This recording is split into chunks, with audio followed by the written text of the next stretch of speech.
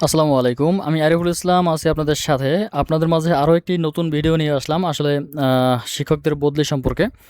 তো এখানে আমরা যদি একটু দেখি যে শিক্ষকদের বদলিতে বিবেচিত হবেন না বেসরকারি চাকরিজীবীদের স্বামী স্ত্রীর কর্মস্থল।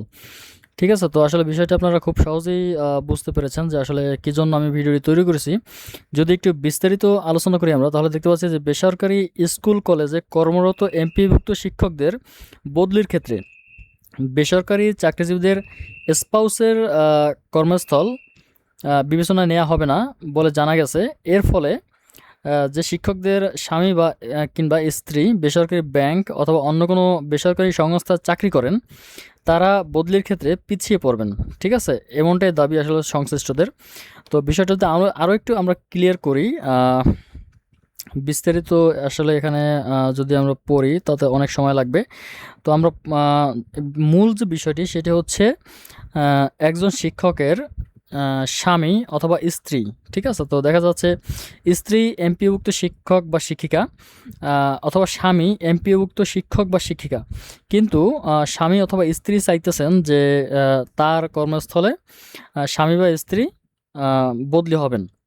ঠিক আছে? সেক্ষেত্রে স্বামী যদি বেসরকারি চাকরি করেন, অর্থাৎ বেসরকারি চাকরি অথবা কোনো এনজিও চাকরি অথবা কোনো বেসরকারি সংস্থায় বেসরকারি কোনো এনজিওতে যদি সে জব করেন, তাহলে সেক্ষেত্রে ওই জবের পারপাসে তার হাজব্যান্ড অথবা ওয়াইফ তার কর্মস্থলে সে বদলি হতে পারবেন না। ঠিক আছে? এমনটাই আসলে জানিয়েছে তারা।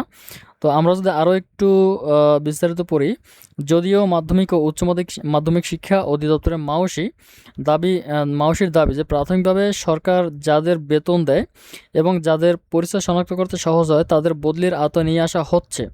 পরবর্তীতে বেসরকারি চাকরিজীবীদের অন্তর্ভুক্তির বিষয়টিও বিবেচনায় নেওয়া হবে, কিন্তু বর্তমানে যে বিষয়টি আছে সেটি আসলে কিন্তু একটু ডিফিকাল্ট।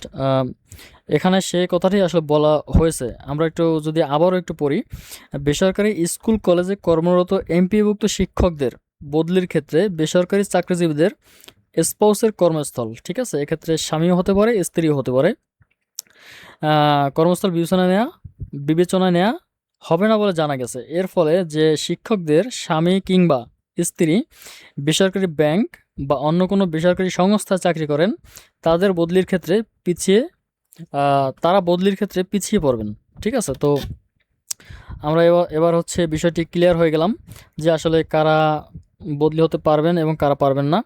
যদি একজন হাজব্যান্ড তার ওয়াইফ চাকরি করে একটি এনজিওতে, তাহলে তার যেখানে তার ওয়াইফ এনজিওতে চাকরি করে তার কর্মস্থলে তার হাজব্যান্ড ট্রান্সফার হতে পারবেন না বা এক স্থান থেকে অন্য স্থানে চাকরির জন্য আবেদন করতে পারবেন না, বদলির জন্য আবেদন করতে পারবেন না। এমনটাই আসলে আমরা দেখতে পেলাম নিউজে। তো এই ছিল মূলত আসলে শিক্ষকদের যারা বেসরকারি সংস্থায় হাজব্যান্ড বা ওয়াইফ চাকরি করেন, তাদের কর্মস্থলে পদায়ন বা বদলির বিষয় সম্পর্কে আলোচনা। ভিডিওটি ভালো লাগলে অবশ্যই লাইক করবেন, কমেন্ট করবেন এবং শেয়ার করে দিবেন। এবং যারা অবশ্যই নতুন আছেন তারা চ্যানেলটি অবশ্যই সাবস্ক্রাইব করে রাখবেন, এবং যারা অলরেডি সাবস্ক্রাইব করেছেন তাদেরকে জানাচ্ছি অসংখ্য ধন্যবাদ। ভিডিওটি বেশি করে শেয়ার করে দিবেন যাতে অন্যরাও বিষয়টি জানতে পারে। ধন্যবাদ সবাইকে। আসসালামু আলাইকুম।